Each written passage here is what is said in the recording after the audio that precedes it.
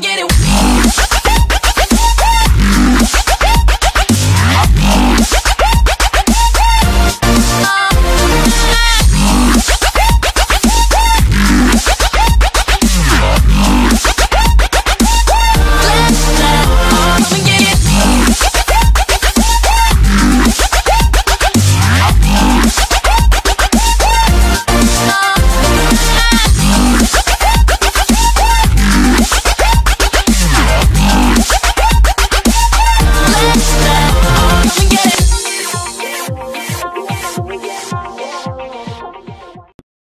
Καλώς ήρθατε σε ένα ακόμα βίντεο των techbeasts.gr. Σήμερα έχουμε κοντά μας το Galaxy Note Edge, το πολυαναμενόμενο τηλέφωνο, το οποίο περιμένουμε να κυκλοφορήσει στην Ελλάδα το Μάρτιο του 2015. Είναι το ευρωπαϊκό μοντέλο που θα έρθει και στη χώρα μας. Εμείς το αποκτήσαμε από Γερμανία, που είναι μια χώρα που έχει ήδη κυκλοφορήσει. Βλέπουμε τα κλασικά, αυτά που περιμένουμε σε ένα κουτί της Samsung, γύρω τις πληροφορίες κτλ.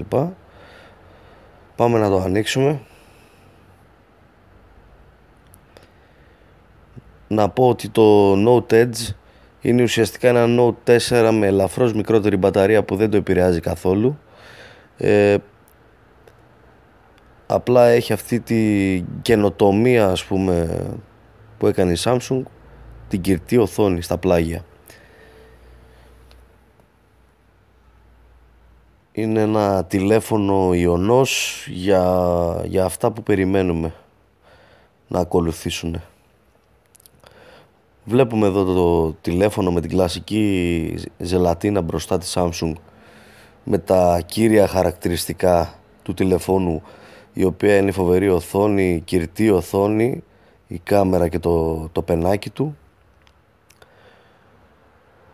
Είναι μια πανέμορφη συσκευή σε μαύρο χρώμα το συγκεκριμένο που έχουμε.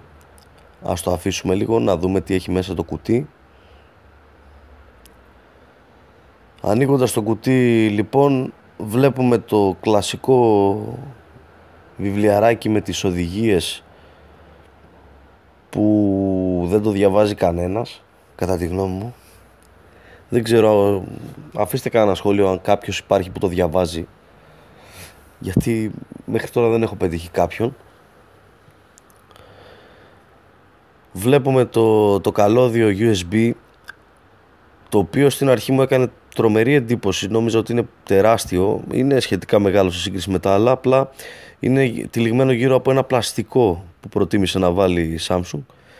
Τα ακουστικά κλασικά από τη Samsung,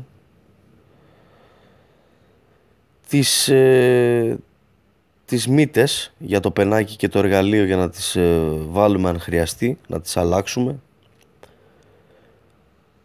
για τα ακουστικά μας, τα ανταλλακτικά, η μπαταρία και ο ταχυφορτιστής.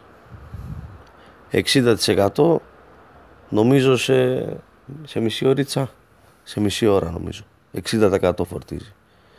Αυτό είναι το τηλέφωνο, παιδιά. Πάμε για το hands-on. All that's left is a window to my soul. Come and get it.